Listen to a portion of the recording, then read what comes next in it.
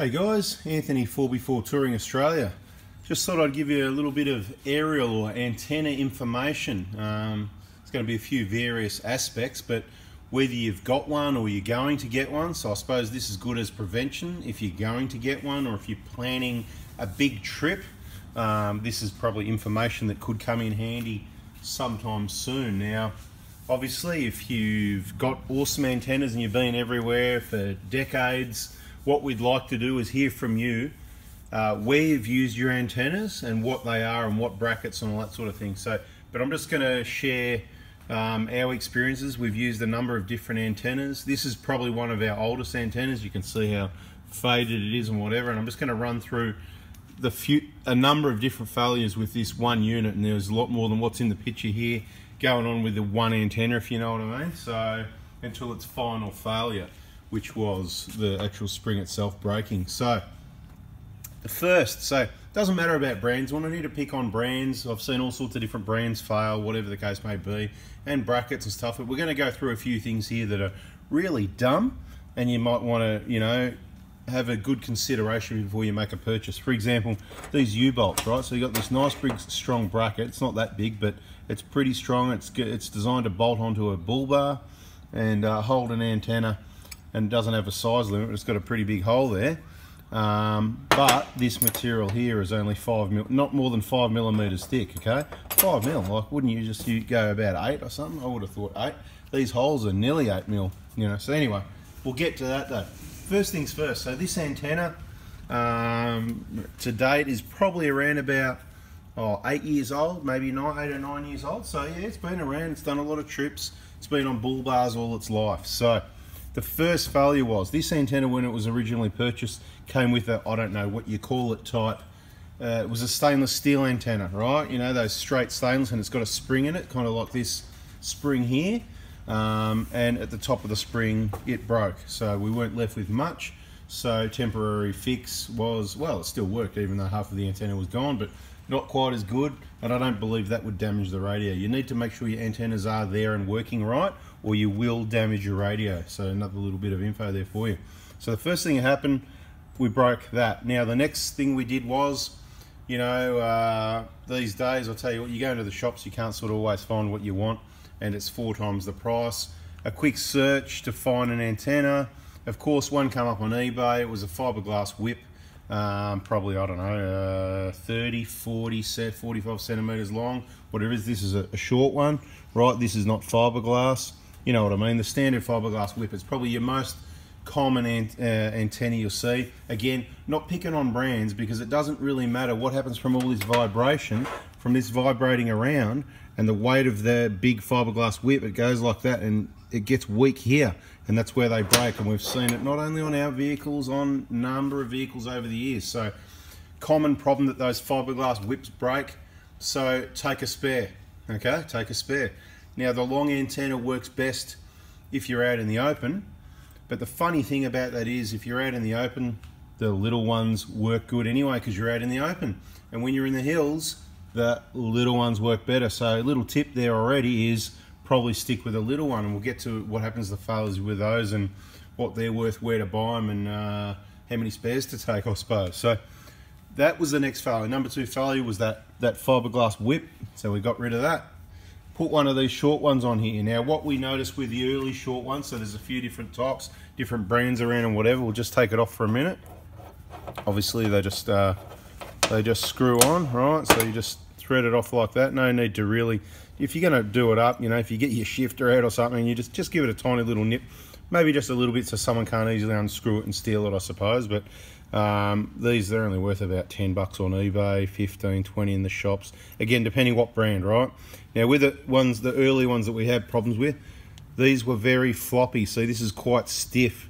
And what used to happen with the vibration of the car and the bull bar, very quickly they used to bend from there, constantly going like that. The sideways vibration of the bull bar, it would just literally be going like that, 90 degrees back and forth. So that gives you an idea of the kind of vibration that's going through it. So what happened with those? They would become brittle, and guess what? Yep, break off at the base here, okay? So then what some manufacturers did, you can see this is a nice strong cable, and what happens when you put this on your Bullbar? It doesn't move, it just sits like that. So you go, awesome. And they do work really well for a $10, $11, $15 eBay special, whatever, no problem. Until from that constant vibration, eventually what happens, and I'll say it could be, you could say it's faulty, but it's happened more than once. I've seen it with other people as well. You can see here it's a cable. What happens is, maybe if it was pressed a bit better it wouldn't, but basically, look, they come out, and that's what it looks like. Just try and get it into focus here for you. Right, so it's literally a bit of cable that goes into there, and you could probably, you know, press that somehow, whatever. That obviously goes over there. Happy days, mate. There you go, just like a new one, right? Not quite. So these are really reliable. They work really well, but for 10 bucks, just take a couple of spares. That way, if you're going on a big trip, so always carry one spare. If you're going on a big trip, you might want a couple. It's a small investment, fits in your glove box or your console. These small lightweight antennas, even though all these failures I'm about to tell you or get about, because they're small and lightweight, I found them the most reliable, and they're cheap. You're talking about a $50 to $100 antenna normally. So that was, how many failures is that? So we've got the stainless steel that broke, the fiberglass that broke, these broke, and also the predecessor, the thin wire one. So lots of failures there. Once you get to it, all you need to know is keep a couple spares of these, 10 to 20 bucks, right? Okay, next failure, a couple of things that happen. Okay, the nut can come loose, even though I did that up nice and firm, and there's a washer there and whatever, it did come loose. Okay, a number of times it came loose. Luckily, you could get in there and tighten it up, but the problem with this design was, this is not metal. It's a type of plastic or poly, whatever the case may be. So you've got to be careful you don't over tighten it. So that's a problem there. I believe the GME ones are steel at the bottom. I can't remember, I think so. I've got one there I could go and have a look at, but this is mobile one. So look at the materials it's manufactured from, right? Some of them, you can completely pull it apart and replace the spring, which is probably good. This one, you can't, okay? So the nut comes loose is one of the other issues. Now, put some Loctite on there. If you put some Loctite, it's probably not gonna come loose. A nylock could even be a possibility, something, because look, there's no resistance there for it to come loose, right? So considerations, nuts coming loose. Okay, next problem. This part here, the ones that you can service, can see how it just comes loose, right? And there you go, you get to see what's in there. The coax goes into the tube.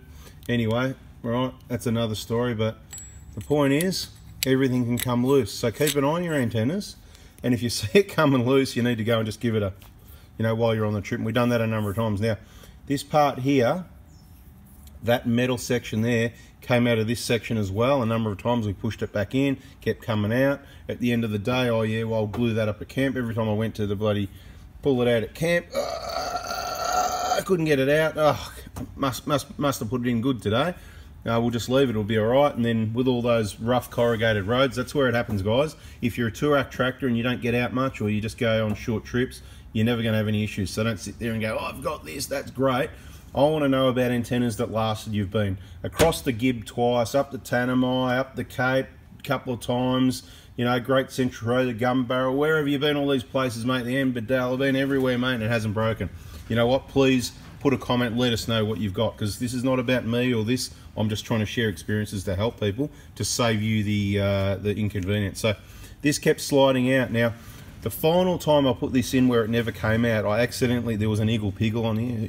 Who knows who Eagle Piggle is? Eagle Piggle is like a cartoon character the kids on ABC, right? Anyway, there was an Eagle Piggle strapped on here because the kids had plenty of them, and we thought we'll stick one on as a bit of a mascot. He went everywhere, but he got a bit of his skin caught up in there when I pushed it back in one night, up the Cape, I think it was. And it hasn't come out ever since, so that was good. So it stayed on the vehicle and it kept traveling until its final failure, and that was the spring breaking completely, and that was in the Flinders Ranges in 2000 and, what year are we now? Jeez, was that last year? I don't know. Anyway, recently anyway, right? So a number of problems with those, but I'm not going to tell you they're crap because I know what it's been through, okay? Now with these brackets, I haven't seen any issue with this bracket here, but you can see this U-bolt broke off, and some people are going to say, well, that's because you over-tightened it, you know, you want to have a look at the material. Well, if I over-tightened it, why did it take a year to fall off, right? Look, I'd suggest that's the weakest point there. There's no twist damage there. If I over-tightened it, why then was this moving like this on the Bullbar, and I just kept nipping it up a little bit each time till it stopped moving like this on the Bullbar. So if I over tightened it, okay, I over tightened it, but it wasn't tight enough to stop it moving like this on the Bullbar. So obviously it's a bad design then, really is the real problem. And if they'd used 8mm instead of 5mm, as I said earlier in the video, 5mm, pathetic. So it needs to be a decent size, then we can crank it up, it won't slip like that. And imagine a bigger antenna, it's going to slip even more. Anyway guys, all sorts of brackets break. You want a proper welded bracket on your Bullbar if you've got one, that's awesome. They're big solid antennas, they're big, they work well, they're usually pretty strong as well.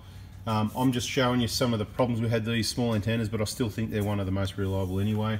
We're currently running, we use 2 antennas. You may have seen some of my videos driving. We've got 2 or 3. That's why spares, because if you go away with 3 and you've got 1 or 2 working when you get back, you've had a good trip.